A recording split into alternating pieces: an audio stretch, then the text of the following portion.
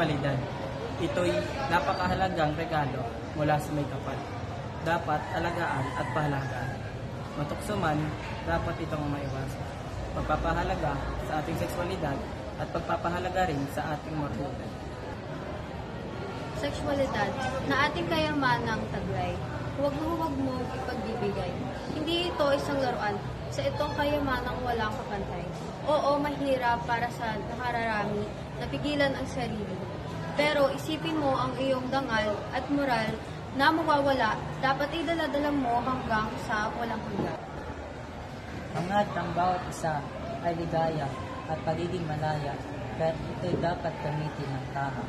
Sa puso at isipan, laging unahin ang wagas ng diwa.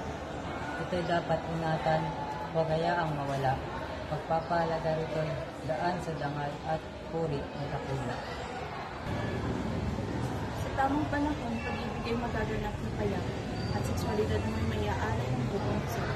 Ang tunay na pagmamahal ay hindi minamata. Sexualidad ay sagrado, kaya talaga rito ng buong pagkatao.